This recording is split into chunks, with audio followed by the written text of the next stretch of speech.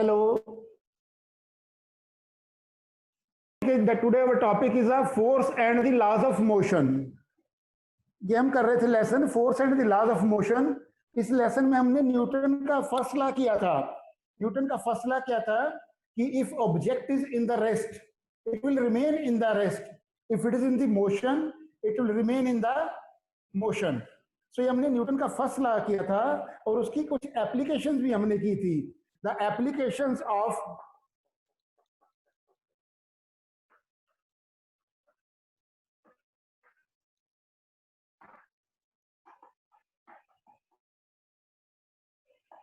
First law of motion. हमने students applications of Newton first law of motion भी हमने की थी। उसमें हमने एप्लीकेशंस का मीनिंग क्या है कि जो न्यूटन का फर्स्ट लॉ है उसका हमारा डे टू डे में हमारी लाइफ में कैसे वो यूज में होता है, that is called the application of the Newton first law. So आज हम स्टडी करेंगे न्यूटन का सेकंड लॉ। न्यूटन का second law, Newton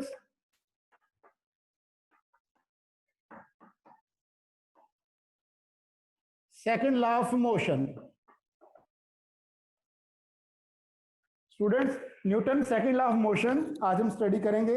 according to Newton second law, उससे पहले न्यूटन का सेकंड लॉ जानने से पहले हम कुछ टर्म्स हैं, मैं यहाँ पे कुछ टर्म्स लिख रहा हूँ। तो क्या करते हैं कि पहले उन टर्म्स को हम जानेंगे, then will just drive the formula for the Newton that second law of motion. M हमारा क्या है, मास ऑफ ऑब्जेक्ट। एम को स्टूडेंट हमने किया है, M is the mass of object. U हमारा है इनिशियल वेलोसिटी,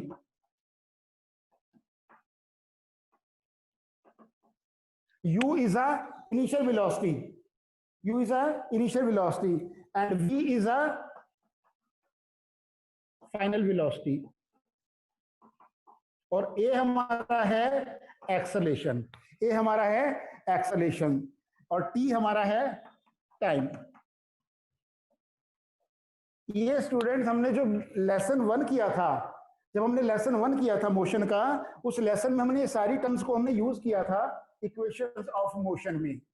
जैसे फर्स्ट इक्वेशन थी हमारी v is equal to you plus A T, v is equal to you plus A T. ये हमने फर्स्ट इक्वेशन पढ़ी थी मोशन के लेसन में।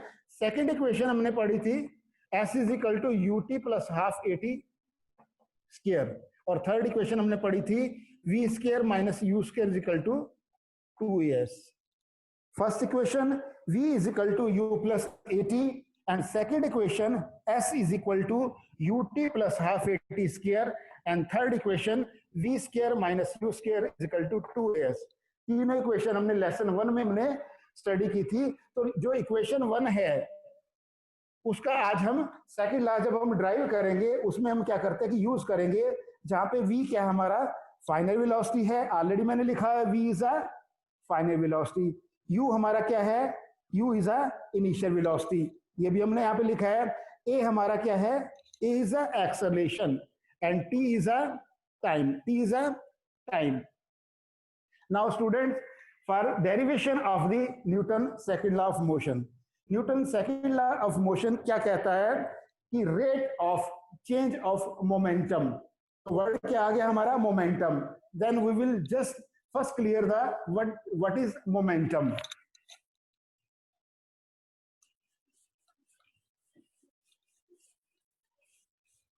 पहले मैं आपको मोमेंटम के बारे में बताऊंगा। Momentum, what is momentum? Momentum is the product of mass into velocity, mass into velocity,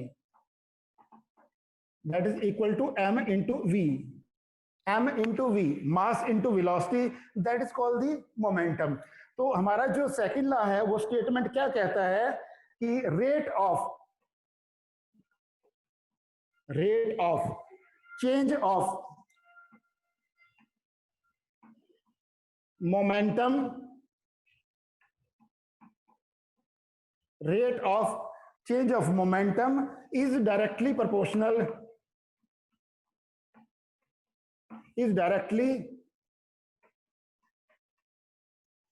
proportional to the applied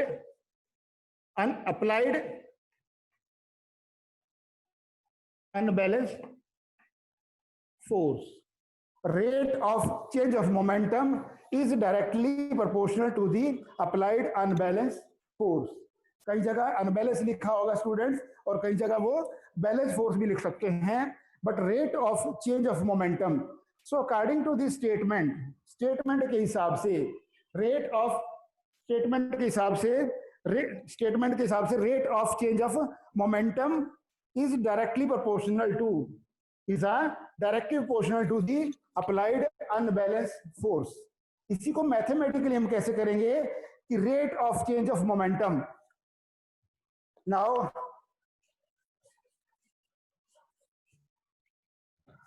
let u is a initial velocity,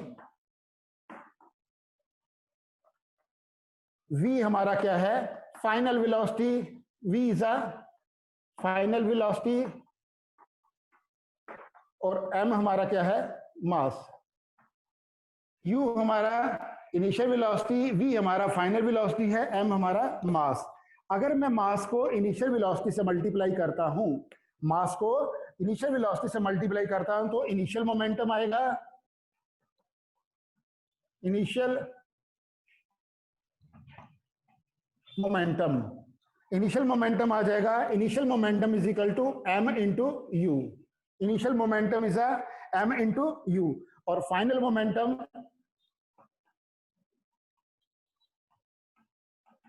m into v. Final momentum is m into v. Now change in momentum.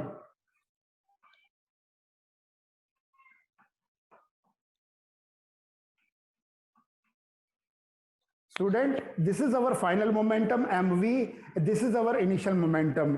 अगर मेरे को change in momentum निकालना है तो इसका मतलब क्या हो जाएगा कि फाइनल मोमेंटम में से मैं इनिशियल मोमेंटम को माइनस करूंगा तो मेरा क्या आ जाएगा change in momentum. Now change in momentum is equal to final momentum mv minus mu,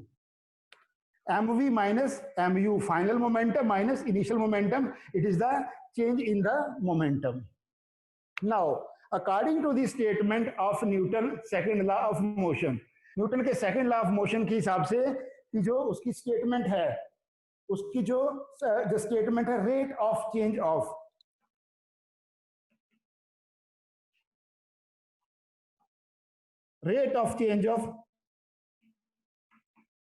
momentum. Now, rate of change of momentum is mv minus mu divided by t is directly proportional to applied unbalanced force. It is directly proportional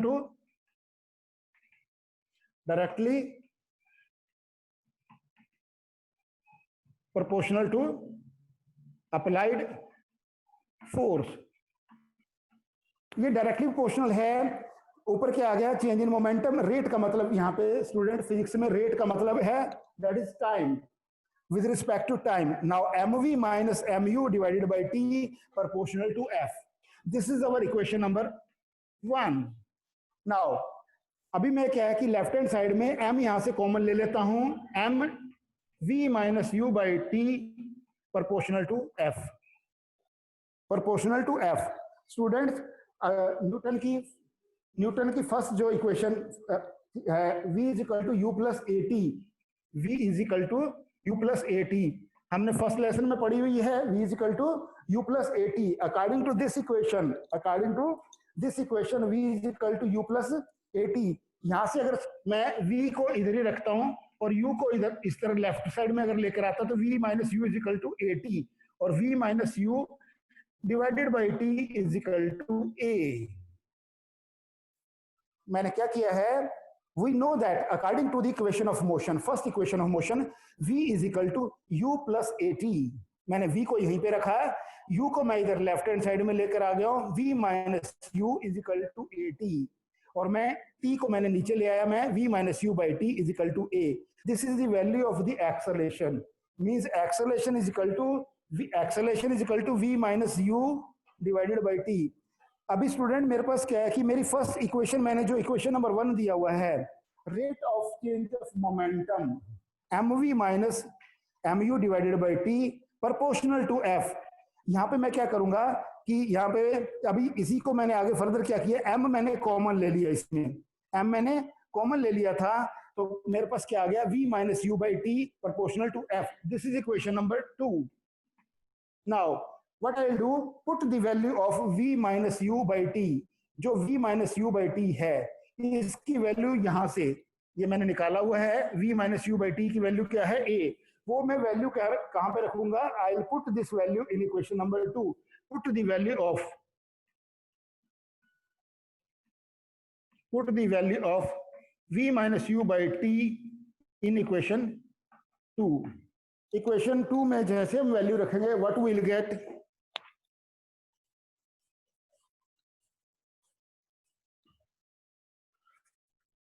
m v minus you by T proportional to f। क्या हमने किया था, v minus you by T, इसकी जगह मैंने क्या रखा था, वैल्यू थी a, m into A proportional to f। अभी हमारे पास क्या आ गया, m into A mass into acceleration proportional to f। Student जब भी कोई प्रोपोर्शनैलिटी के साइन को हटाते हैं, this is the sign of proportionality, sign of proportionality, अगर इसी साइन को अगर हटाएंगे, then we'll put a constant, we'll put a constant। अभी कैसे होगा, m into a is equal to k into f, is equal to f is equal to k into m into a, f is equal to k into m into a। now मैंने proportionality के sign को हटा दिया, उसकी जगह मैंने क्या कर दिया, एक मैंने कांस्टेंट लगा दिया। f क्या है, हमारा फोर्स है, m क्या है, हमारा मास है, a हमारा एक्सेलरेशन है, और k हमारा कांस्टेंट है। अगर मेरा f की वैल्यू है, इफ f इज 1 न्यूटन, अगर फोर्स जो है 1 न्यूटन होता है और मास की वैल्यू है 1 kg, और उसके बाद में a है 1 मीटर पर second square. Now this is equation number 3। Equation number 3 क्या है हमारे पास, f is equal to k m into a. Now what I will do, put the value of f is equal to 1, m is equal to 1 kg and a is equal to 1 metre per second square. I will put all the 3 value in equation number 3। सो तीनों की value मैं equation number 3 में रखूंगा, तो क्या आ जाएगा, 1 is equal to k into 1 into 1 means k is equal to 1। Now k की वैल्यू क्या आ गई, 1 आ गई। What I will do, now k is equal to 1, put the value of k। अब k की वैल्यू की मेरे को कहां पे पुट करनी है, I will put the value of k in equation number 3। Put the value of k in equation number 3। Put the value of k in equation 3। Equation number 3 में मैं k की वैल्यू रखूंगा, what I will gate, that is f is equal to 1 into m into a, या इसको दोबारा लिख सकते हैं, f is equal to m into a। This is my derivation for the Newton second law of motion। This is Newton second law of motion। क्या है, force is equal to mass into acceleration, mass into acceleration, it is the Newton second law of motion। तो student हमने क्या किया था, Newton के second law of motion में according to the statement, एक बार उसी को हम रिपीट करेंगे कि न्यूटन का सेकंड लॉ ऑफ मोशन क्या स्टेटमेंट है उसका, the rate of change of momentum, the rate of change of momentum, rate of change of momentum is directly proportional to the applied force. Means अगर m is a initial, m is a mass and u is a initial velocity and v is a final velocity, then mu is a initial momentum and mv is a final momentum। change in momentum mv minus mu, change in momentum final momentum minus initial momentum and divided by t, rate of change of momentum mv minus mu divided by t proportional to f। m common आ गया, v minus you by T proportional to f। Student, according to first equation of motion क्या था हमारा, v is equal to you plus A t, v minus you by t की value क्या है, that is acceleration, वो हमारे पास क्या है a। तो मैंने क्या कर दिया, m into A proportion, that is m into A proportional to f। अगर अभी क्या आ गया, m into A proportional to f, या f इज इक्वल टू, जैसे मैं प्रोपोर्शनलिटी के साइन का मैंने हटाया तो मेरे पास क्या एक आ गया, constant, f is equal to k m into a. अगर f की वैल्यू 1 न्यूटन है, अगर f की वैल्यू 1 न्यूटन है और मास हमारा 1 किलोग्राम है और a की वैल्यू 1 मीटर पर सेकेंड स्क्वायर है, then by putting the value of F M A in equation number 3, this is equation number 3, इसमें मैंने वैल्यू पुट कर दिया f की, m की और a की। जैसे मैंने वैल्यू पुट किया, what I will get, k की वैल्यू मेरे को मिल गया यहाँ पे 1। Now put the value of k in equation number 3 again, क्या मिल गया मेरे को, f is equal to 1 into m into A, that is f is equal to m into A, force is equal to mass into acceleration. This is the derivation of the Newton's second law of motion. It is a very, very important, and on the basis of Newton's second law of motion, the numerical generally they are asking in the exam. अभी हम 2-3 numerical भी करेंगे, उससे पहले क्या है कि numerical से पहले मैं आपको बताऊंगा कि just आप उसकी what are the some of the applications of the Newton, that is the second law of motion. Newton का जो second law of motion है उसकी कुछ applications हम यहाँ पे डिस्कस करेंगे, और उसके बाद मैं आपको कुछ स्टूडेंट न्यूमेरिकल भी आपको करवाऊंगा on the basis of Newton second law of motion. पहले हम देखते हैं कि एप्लीकेशंस ऑफ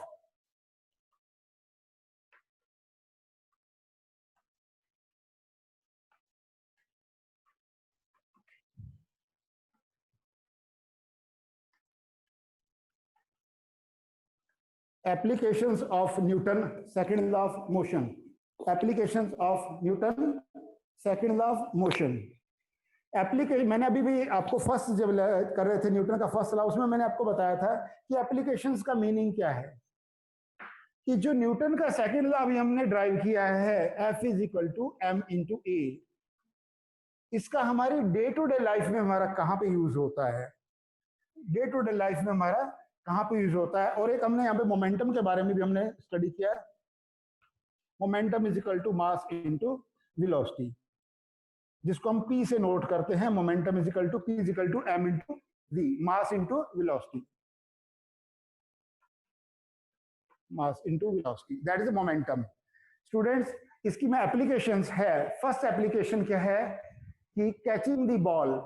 जैसे क्रिकेट के ग्राउंड में मान लो क्या करते हैं कि मैच चल रहा है और वहां पे किसी प्लेयर ने बैट से बॉल को हिट किया है और दूसरा प्लेयर जो जाके उसको कैच करता है, जैसे ही कैच आता है उस प्लेयर के पास, तो वो प्लेयर क्या करता है, he is pulling his hand backward, वो अपने हैंड्स को क्या करेगा, जैसे बॉल को कैच करते समय अपने हैंड्स को क्या करेगा, पीछे की तरफ खींचता है।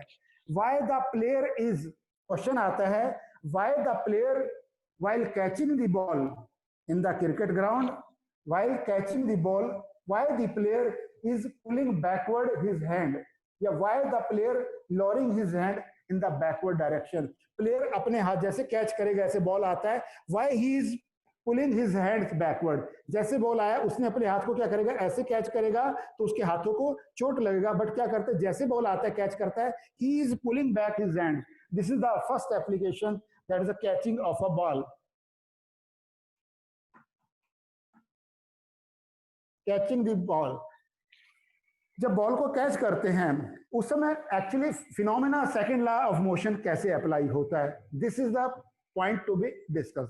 ये पॉइंट हमने डिस्कस करना है कि जब बॉल को कैच करते हैं, कि वो प्लेयर है अपने हाथ को ऐसे पीछे क्यों खींचता है, तो फर्स्ट एप्लीकेशन वो हम आप जो है न्यूटन के सेकंड लॉ के ऊपर बेस है कैसे।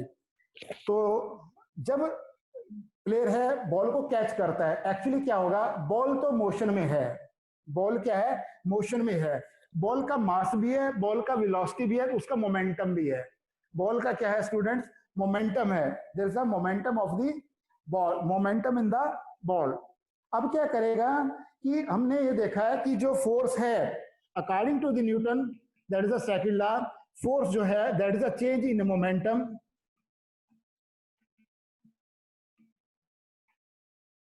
Divided by time. ये स्टेटमेंट है न्यूटन का सेकंड लॉ के हिसाब से। अभी इसी से अगर हम देखते हैं कि चेंज इन मोमेंटम और टाइम, बॉल के अंदर मोमेंटम तो है, बट अगर जैसे ही क्या करते हैं, मैं अपने जैसे क्या करता है, प्लेयर है अपने हाथों को पीछे खींचता है, जैसे ही प्लेयर कैच करते समय अपने हैंड्स को पीछे की तरफ खींचेगा, तो वो क्या कर रहा है, जो टाइम फैक्टर है, टाइम फैक्टर को इंक्रीज कर रहा है, टाइम फैक्टर को इंक्रीज कर रहा है और मोमेंटम को डिक्रीज कर रहा है। जैसे ही मोमेंटम की वैल्यू कम हो जाएगी, जैसे मोमेंटम की वैल्यू कम हो जाएगी, तो जो फोर्स है, बिकॉज फोर्स क्या है, वो डायरेक्टली प्रोपोर्शनल है, वो क्या है, डायरेक्टली प्रोपोर्शनल है। मोमेंटम में अगर ज्यादा होगा तो फोर्स ज्यादा होगा, अगर टाइम ज्यादा होगा तो फोर्स कम हो जाएगा। ये तो इनवर्सली प्रोपोर्शनल में है, बट फोर्स और मोमेंटम ये डायरेक्टली प्रोपोर्शनल में है।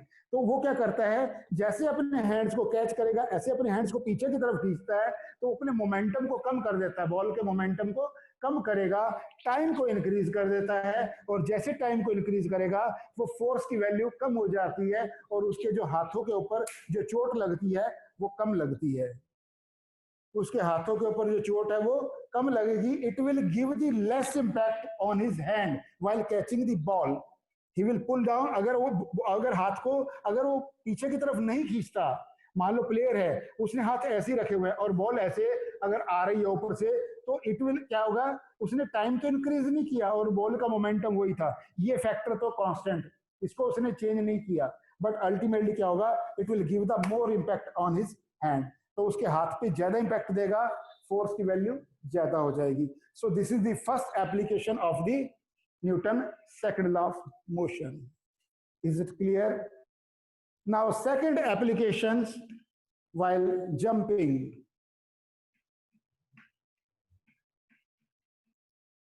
स्टूडेंट्स जंप करते समय क्या करते हैं, मान लो एथलीट है, जंप करते समय जैसे वो हाई जंप के लिए जाता है, तो उस समय क्या होगा कि दूसरी तरफ कुशन रखे रहते हैं, दूसरी तरफ कुशन रखे रहते हैं, गद्दे ऐसे रखे रहते हैं, जैसे ही वो जंप करता है दूसरी तरफ आके गिरता है उनके ऊपर, तो क्या होगा, वो गद्दे क्या करते हैं, प्रेस हो जाते हैं। जैसे मान लो क्या है, यहाँ पे कुशन है, मैट्रेस है, जैसे ही मान लो ये प्लेयर यहाँ पे आके गिरेगा, जैसे इनके ऊपर आके गिरता है, तो यहाँ पे क्या होगा, ये जो कुशन है, इंपैक्ट है, तो यहाँ पे क्या होगा कि it will increase the, it will जो decrease the time, decrease the time, time decrease हो जाएगा और मोमेंटम क्या हो जाएगा, जो है टाइम जो है वो टाइम अगर डिक्रीज हो जाता, time will, it will increase the time, decrease the momentum, decrease the momentum and increase the time, increase the students, वो क्या करेगा कि जो टाइम है, what he will do, time को इंक्रीज करेगा और टाइम को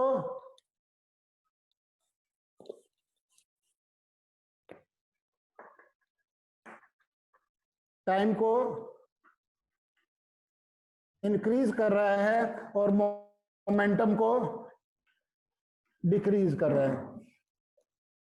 अल्टीमेटली होगा क्या है, जैसे मोमेंटम डिक्रीज होगा, क्योंकि मोमेंटम और फोर्स क्या है, फोर्स और मोमेंटम हमारा क्या है, ये डायरेक्टली प्रोपोर्शनल है, जैसे ही मोमेंटम डिक्रीज होगा फोर्स भी जो है वो डिक्रीज हो जाएगा, it will give the less impact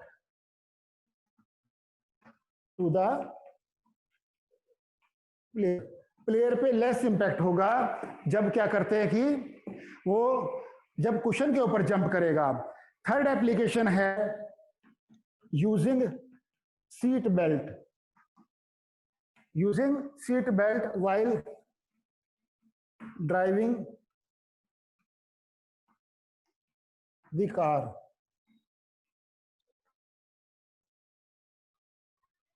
This is the third application, using seat belt while driving the car. Student जैसे हम क्या करते हैं कि गाड़ी को ड्राइव कर रहे हैं, क्वेश्चन ये आता है कि हम सीट बेल्ट हमारे को दी हुई होती है, उसमें प्रोवाइडेड सीट बेल्ट तो रहती है, बट सीट बेल्ट को हम क्यों यूज करते हैं, this is a great question.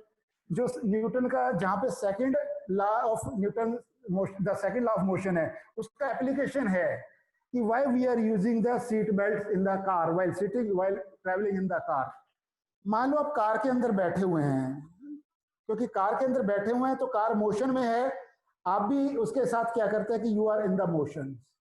Suddenly क्या करते हैं कि अगर क्या एकदम क्या होगा, अगर ब्रेक अप्लाई, अगर मान लो सामने जैसे ड्राइवर गाड़ी चला रहा है, बहुत फास्ट गाड़ी चल रही है, सडनली अगर सामने रोड पे कुछ अगर आ जाएगा, अगर गाड़ी के सामने अगर कुछ आ जाता है, immediately he will apply the brake, immediately he will apply the brake. Brake के अप्लाई करने से तो गाड़ी किस पे आ गया, एकदम उसका क्या करता है कि मोमेंटम चेंज हो गया। मोमेंटम क्या हो गया, rate of change of momentum. जैसे मोमेंटम चेंज हो गया तो डायरेक्टली वो फोर्स है दैट विल आल्सो चेंज। तो सडनली क्या होगा कि अगर सीट बेल्ट नहीं लगाई होगी, immediately the person who is sitting beside of the driver, जो आदमी ड्राइवर के साथ में बैठा हुआ है जिसने सीट बेल्ट नहीं लगाई हुई है, तो इमीडिएटली अगर ब्रेक लगाएंगे, that person will that will get he will get the injury. वो आदमी को क्या करता है कि सामने ही क्या होगा कि जैसे ब्रेक लगाएंगे, अगर सीट बेल्ट नहीं लगाया तो उसका हेड जो है कहां पे लगेगा, it will collide with the dashboard. तो जो सामने है उसका वहां पे उसका हेड वहां पे टच कर सकता है। तो उसको अवॉइड करने के लिए we are using the seat belt while driving the car. This is the third application of the Newton second law of motion. आज हमने स्टूडेंट 3 एप्लीकेशन, पहले वाली हमने एप्लीकेशन जो हमने पढ़ी है while catching the ball, second हमने किया है while jumping, when player is jumping and he is just going for the high jump and just he is falling on the cushion. Third है हमारा using the seat belt, using the seat belt. अभी student एक दो मैं आपको numerical कराऊंगा on the basis of the Newton, on the basis of the Newton, that is the second law of motion.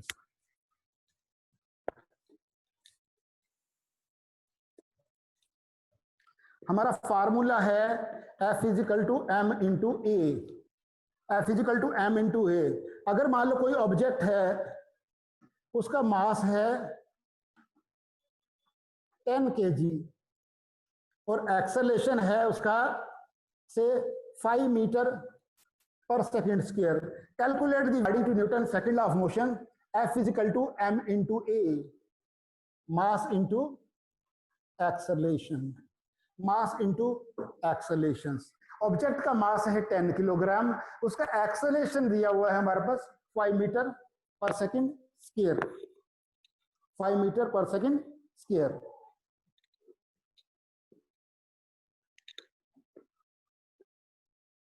हमने calculate करना है फोर्स, फोर्स की वैल्यू हमने कैलकुलेट करनी है, फोर्स की वैल्यू कैलकुलेट करेंगे तो according to this formula F is equal to m की वैल्यू 10 है और हमारे पास a की वैल्यू है 5, it is the 50 Newton.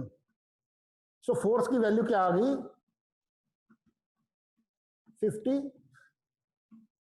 50 Newton की मेरे को फोर्स अप्लाई करनी पड़ेगी किसी भी ऑब्जेक्ट का, किसी ऑब्जेक्ट का मास 10 है और उसका एक्सेलरेशन 5 मीटर पर सेकेंड स्क्वायर है, F की वैल्यू है 50 न्यूटन, F की value 50 Newton. This is the second numerical. Students एक और न्यूमेरिकल करते हैं, आपका एनसीआई न्यूमेरिकल है। For example now there are 3 variable, there are 3 variables F M A। Suppose हमको एक्सेलरेशन कैलकुलेट करना है, we have to calculate the acceleration. F की वैल्यू दी हुई है मेरे पास 50 न्यूटन, मास दिया हुआ, मास की वैल्यू दी हुई है से 5 kg। Now I have to calculate the value of A, मेरे को A की वैल्यू कैलकुलेट करनी है। Again the formula is m is equal to that is F is equal to m into A। Formula है हमारे पास F is equal to m into A। मेरे पास F की वैल्यू कितनी दी हुई है 50 और M की वैल्यू कितनी है 5 इंटू A। A की वैल्यू आ गई मेरे पास 50 डिवाइडेड बाई 5, 5 1 जा 5 एंड 5 10 जा 50। A is equal to 10 metre पर सेकेंड स्क्वायर। A की वैल्यू 10 मीटर पर सेकेंड स्क्वायर। स्टूडेंट्स मैंने मोमेंटम के बारे में आपको जो बताया था, जस्ट आपको मोमेंटम के मैं यूनिट में बता रहा हूं कि what is the SI unit of momentum. Momentum की बात हमने की है, इसको डिनोट करते हैं स्मॉल p से, that is mass into acceleration, mass into velocity, sorry, mass into velocity, m into v। अगर मास के ऐसे यूनिट हैं केजी और वेलोसिटी के यूनिट हैं मीटर पर सेकंड, देन ऐसा unit of momentum is a kg meter per second square, that is kg meter per second. The SI unit of momentum is SI unit of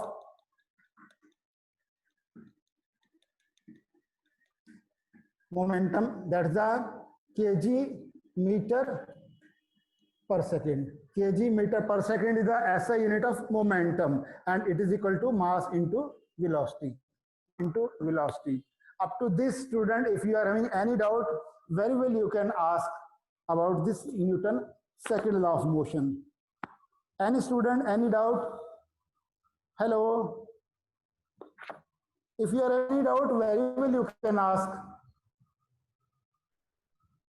Motions, then derivation, mathematically derivation, yes, that is the F is equal to m into a.